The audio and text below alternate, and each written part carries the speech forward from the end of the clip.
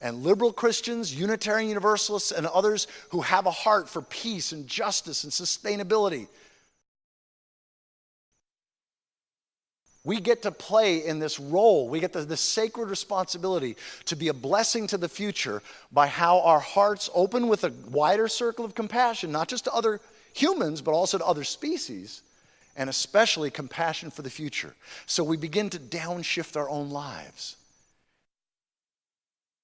Stopping eating meat is not going to save the world, but eating less meat is going to help save your soul. Flying less is not going to save the world, but flying less is going to help save your soul.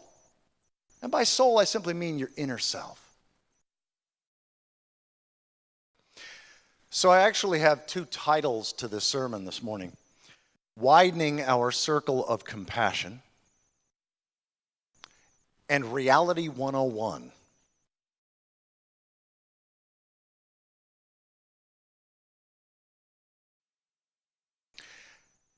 I want to offer three main points. I mean, you know, every sermon's supposed to have 3 points, right? So I've got 3 points, but they're kind of odd. They're a little weird. Just came up with them yesterday, and so I'm actually going to read them because they're so odd that I might not have remembered them. The shape of time and the nature of joy and fulfillment. The shape of time and the nature of joy and fulfillment. Second point: the color of God and the purpose of religion and science. The color of God and the purpose of religion and science. And the third, the way of life and the necessity of humility and gratitude.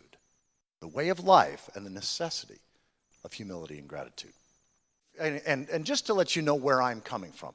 I'm a religious naturalist. I have no supernatural or otherworldly beliefs, but I do value religious mythic language because it can speak the language of relationship more potently than most secular forms of language. So I freely use religious language, but I always mean it in a this world, undeniably realistic kind of way. So my creed, in a nutshell, is this: reality is my God, evidence is my scripture. The epic of evolution is my creation story. Ecology is my theology. Integrity is my spirituality. And fostering a just and healthy future is my mission. So I share that just so you know where I'm coming from. Because I don't want there to be misunderstanding when I use words like God, for example, which I mean reality. Reality with a personality, not a person outside reality. But first, let's talk about the shape of time. So the 4 main ways that human beings have experienced time depend almost entirely on what kind of culture they lived in. For the first 98% of human history, from roughly 2.5 million years ago, if you start with Homo habilis, walking upright and using stone tools, that's about 2.5 million years ago. If you start then until about maybe 10,000 years ago, actually about probably 7,000 or 8,000 years ago, human beings lived more or less sustainably. That is, they lived more or less in a way that didn't diminish or destroy or defile primary reality. In other words, everything we depend upon: soil, forests, water, life, other species. Now, it does turn out that when human beings invent a new technology that serves them, it can be problematic for other species. For example, when we invented spears and spear throwers that we could kill at a distance. This was the first time any animal in Earth's history could kill at a distance. So whenever human beings first showed up in Madagascar and Cuba and Australia and North America, all the big mammals go out. So then they needed to learn to live indigenously. That is, they learned to live sustainably. But for the first 98% of human history, time was experienced almost in a sense of eternity. In other words, there wasn't the sense that things were getting better and better. There wasn't the sense that things were getting worse and worse. There wasn't the sense of things are just repeating the same pattern. There was this almost an ahistorical or a non-historical sense. In other words, every culture was responsible The most sacred of all obligations was to honor the past and to express your obligations to the past by passing on their wisdom about how to live sustainably to the future. So it was passing on the wisdom of the past to the future and doing so with as much perfection or non-changing as possible.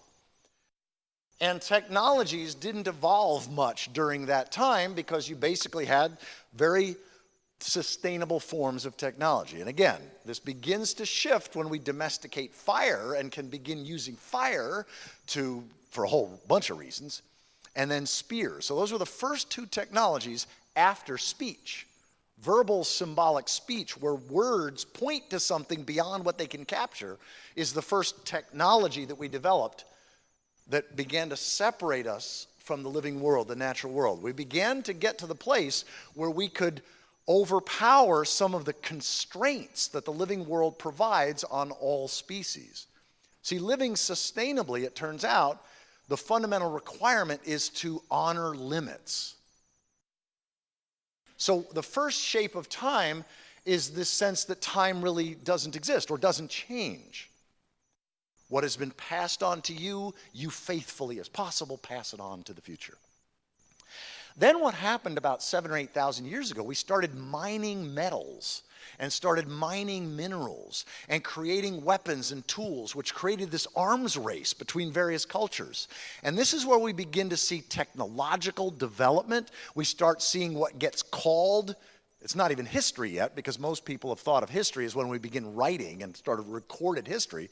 Of course, it's historical.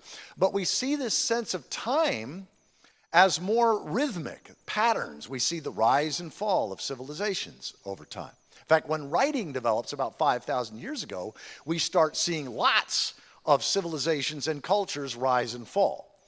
So the shape of time in expanding civilizations, expanding societies, that is where we're taking resources from the living world, fresh resources, like that haven't been defiled, and we're exuding waste to the living world because every species takes from its environment and exudes to its environment.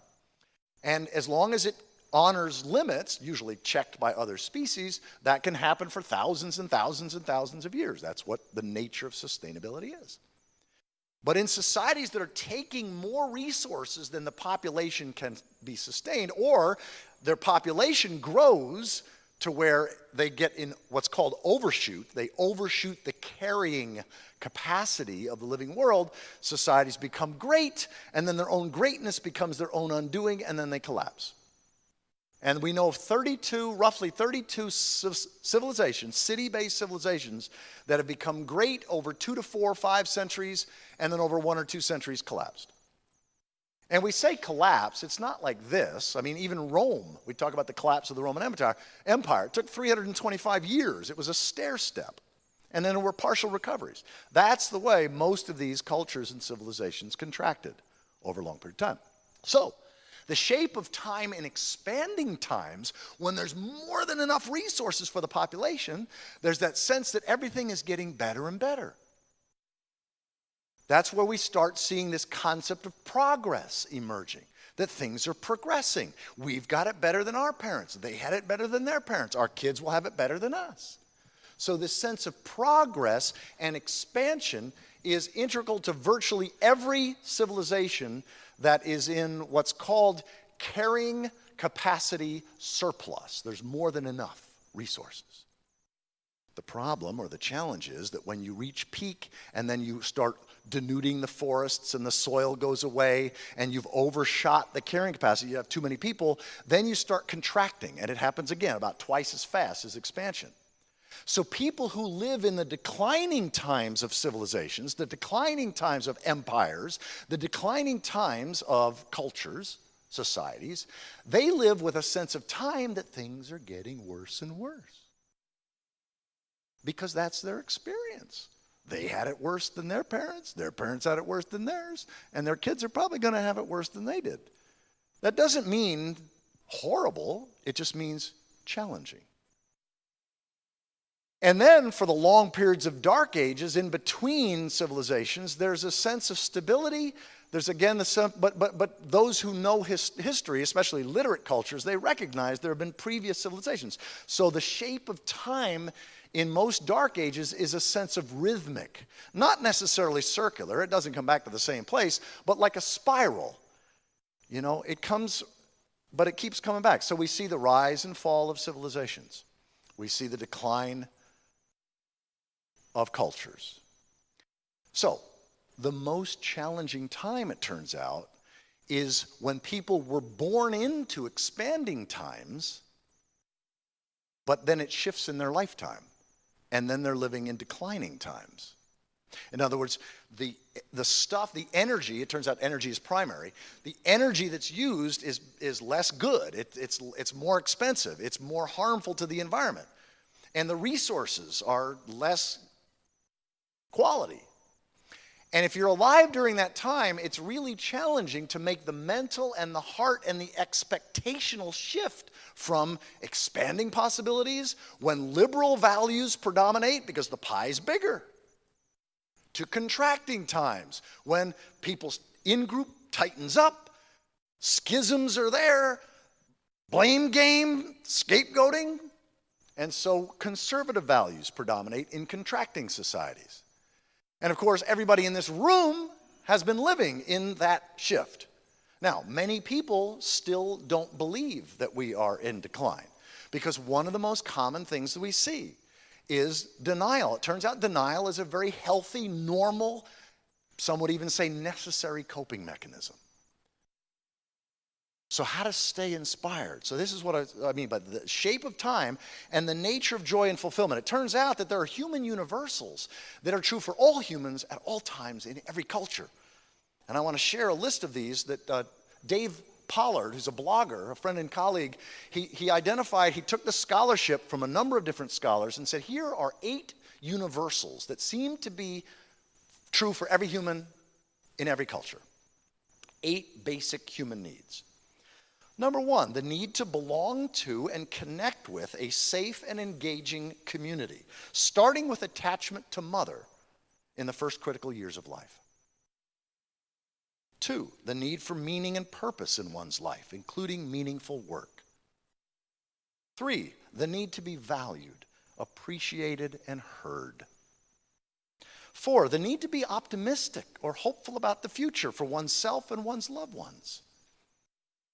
5, the need for control and a degree of autonomy over one's life and one's work. 6, the need to be regularly and closely in touch with primary reality, the living world, the natural world. 7, the need for a sense of home and place. And 8, the need for freedom from chronic stress, financial, physical, whatever, and the time and space to recover from stress, including getting adequate sleep. Now, one of the most interesting things to note about that list is that in traditional, stable, sustainable cultures, all of them were met in spades. And in modern, Western, not just Western, but industrial civilization, most of them are not met. And it becomes challenging to meet some of them. And of course, when basic needs, remember Maslow's hierarchy, when basic needs are not being met, dysfunctions show up. Depression, hoarding, blaming, addiction of all kinds, and a numbing out, an inability to care. In fact, the title of his blog was Cultural Acedia, A-C-E-D-I-A, cultural acedia, when we can no longer care. So, coming back to this, the nature of joy and fulfillment. The nature of joy and fulfillment, whether you live in expanding times or contracting times or stable times, turns out there are just a sort of a basic handful of things that allow us to live a great life, to have healthy relationships, to die a peaceful death, and to leave a sweet legacy. It's not an infinite number of things that allow us to live a great life, have healthy relationships, die a peaceful death, and leave a sweet legacy. So, coming to this next thing, the color of God and the purpose of religion and science. Now, again, what I'm meaning by God is a reality with a personality. And it turns out that one of the defining characteristics between sustainable cultures and unsustainable cultures is around the color of God. If your culture believes that God is merely invisible, it's unsustainable. If your culture believes that God, that is the divine, however the divine was conceptualized, is blue, green, and brown,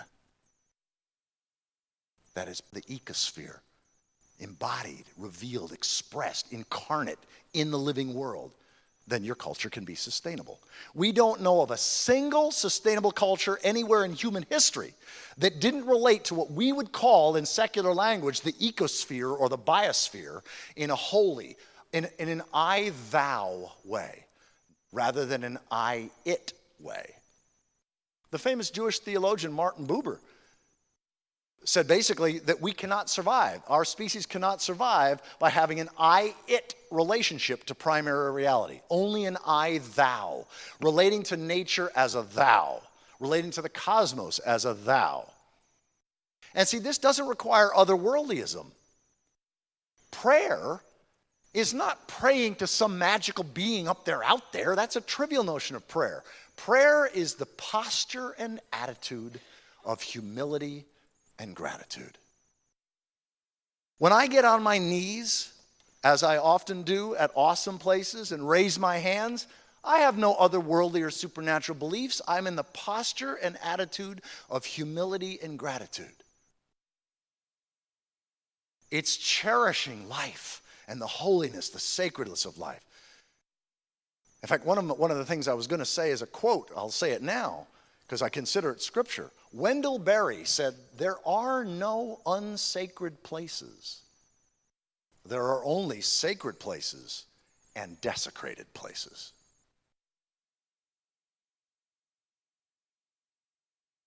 So, some of us in this room probably don't feel comfortable with God talk, and that's fine. But for those of us that do, our God better be brown, green, and blue. That is, the biosphere, the ecosphere, must be related to as divine. Otherwise, we're part of the problem rather than part of the solution. And the purpose of religion and science. This is the interesting thing. When you look at the whole history of humanity, turns out religion is primarily about ensuring that the future is never compromised by the present. The fundamental role in healthy, sustainable, stable societies, I'll be saying a lot more about this at my 1 o'clock program, but the fundamental role of religion historically in healthy cultures has been to basically ensure accountability to the future. In fact, if religion isn't ensuring accountability to the future, it's failing in its most fundamental role. That's why I used to say that religion is asleep at the wheel, but it's worse than that. Half of religion is gagged and tied in the trunk, and the other half of religion is in the back seat cheering on the psychopathic politicians that are driving us over the cliff. So religion needs to have a born-again experience. Religion needs to be saved for our species to have any hope of redemption. Again, I'm using religious language here, obviously, but what I'm meaning is religion has to come home to reality. The role of science. Turns out that science is absolutely necessary for helping us to understand the nature of reality that religion is supposed to help us live in right relationship to. That's why I say evidence is modern-day scripture. The global scientific community, that is, you've got Buddhist scientists, Christian scientists, atheist scientists, free thinker scientists, Hindu scientists, all contributing to the collective intelligence of our species. And that needs to be valued above old men and old books. Now, I know I'm speaking to the choir here, but this is probably news to some of your neighbors and your family.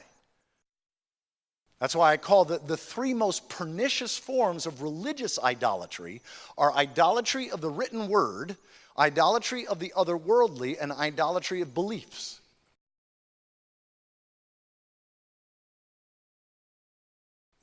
See, idolatry is just human-centeredness rather than life-centeredness. It's not bowing down to statues. It's not believing in the wrong God. It's human-centeredness. It's anthropocentrism. When we are human-centered, we are causing our own destruction. No species can survive. And this would be true for squids. If squids were the top, and if they had squid-centeredness, they'd be destroying themselves. So we have to be life-centered, and that's what religion, if it's doing its job, is supposed to do, is to help us be life-centered, not human-centered. But that can only happen unless if we don't have a trivial, impotent, inconsequential notion of God. If when we use the word God, we meant reality, the biosphere, the ecosphere, then it would be obvious. But that's not the way God language has been used for the last 500 years or longer. So many of us think of God in such trivial ways. God as a supernatural being who resides off the planet and outside the universe, who blesses some and smites others, who's for this football team but not that football team.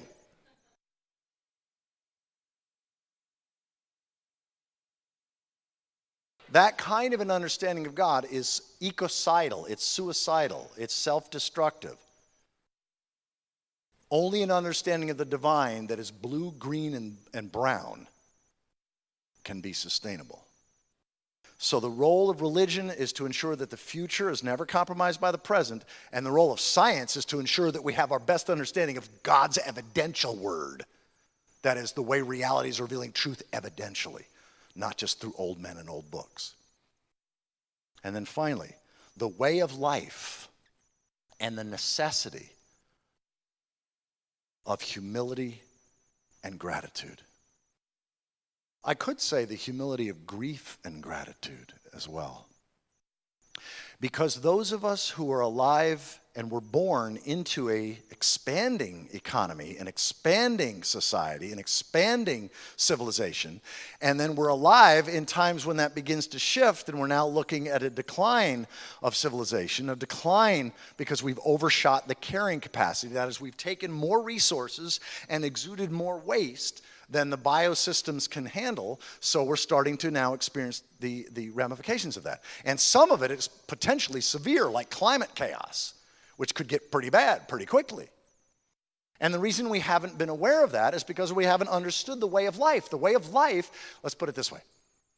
In every sustainable culture, the economy mimics ecology. Economics must mimic ecological wisdom, the wisdom of the biosphere, the wisdom of the living world. See, there's such a thing as God's economy, and what it is, we call it ecology. That is, all resources are recycled as close to 100% as possible, and all energy is conserved as much as possible.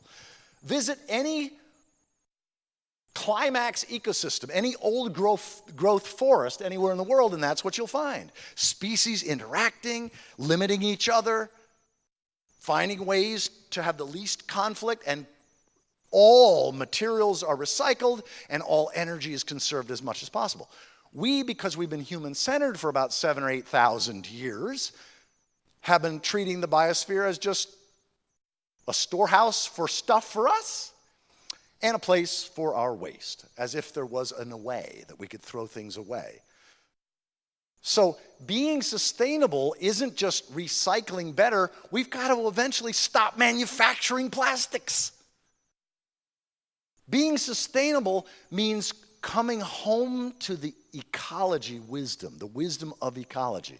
So that's the way of life. We learn this from the living world.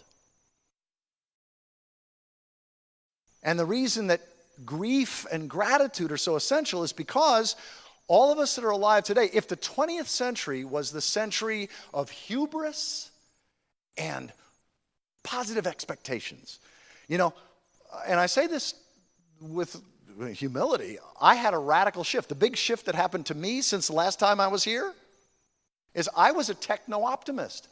I believed when I was here 9 years ago that human history was from the caves to now to the stars. I had a Star Trek vision of the future. I didn't understand energy. I didn't understand ecology. I didn't understand the rise and fall of civilizations. Now that I do understand that, I realize, well, that's not the future. The future isn't simply become ever more energy intensive and wasteful. The future is coming home. I sometimes call it the prodigal species. Yes, we squandered our inheritance, but fortunately we're waking up to our predicament and we're coming home. And there's no shortage of great work to do. That's why the grief, as we learn of species that are going extinct, as we learn in our lifetimes of the damage that's being done, it's important to feel the grief. It's important to actually feel despair. See, a lot of people don't realize that despair is vital. Because again, our instinct is to deny what's uncomfortable, which makes sense. But it also becomes problematic. I love this quote from Stephen Jenkinson. He's a death worker. He says, inattention, not paying attention to the world's ecological state is well advised. Because attention to it mitigates against your happiness, contentment, and your sense of well-being. Having a conscience now is a grief-soaked proposition. If you awaken in our time, you awaken with a sob. But that's not where I'm going to leave you. That's not what my life is about. It's the gratitude. Because those of us that are alive today, to speak mythically, the universe has you alive today in this amazing, terrifying, unbelievably wonderful, and unbelievably tragic time in human history. And there's no shortage of great work to do. That is work that feeds your soul, that feeds your heart, that nourishes you at the deepest levels, and is a blessing to your community and a blessing to the future. One of the things I've only begun learning about is some of the projects that y'all are doing here in this church that are so exemplary, so positive. And that's what we will do. Is we will be beacons of light in a challenging world. And this is the thing. Again, when you understand the shape of time, remember my 3 points? The shape of time and the nature of joy and fulfillment. The color of God and the purpose of science and religion. And the way of life and the necessity of humility and gratitude, grief and gratitude. The gratitude part is finding where your joy and the world's needs intersect and pursuing that. And recognizing that we are in a time when in your lifetime you will continue to see conservative values predominate. And so our sacred responsibility for those of us in the liberal religious tradition is to ensure, or do everything we can to ensure, that the gains, the incredibly important widening of circle and compassion, widening of circle of inclusivity, that those gains pass on into the future, because it won't happen unless there's a group of committed people committed to that happening. It is holy work. It is sacred work. And liberal Christians, Unitarian Universalists, and others who have a heart for peace and justice and sustainability, we get to play in this role. We get the sacred responsibility to be a blessing to the future by how our hearts open with a wider circle of compassion, not just to other humans, but also to other species, and especially compassion for the future. So we begin to downshift our own lives. Stopping eating meat is not going to save the world, but eating less meat is going to help save your soul. Flying less is not going to save the world, but flying less is going to help save your soul. And by soul, I simply mean your inner self.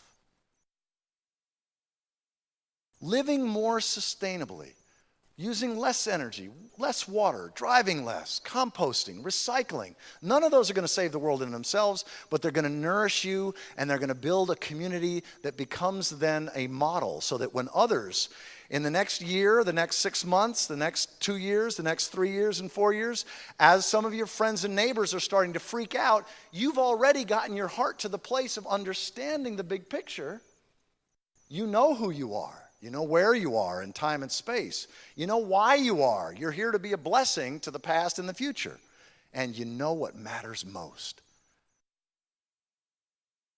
That's what leads to a joyous, fulfilling life, whatever the shape of time. Knowing who you are, where you are in time and space, why you are, your obligations to the past and the future, and what matters most. And of course, what matters most are things like love and compassion. What matters most is your legacy. And I'll say more about that at 1 o'clock. Thank you.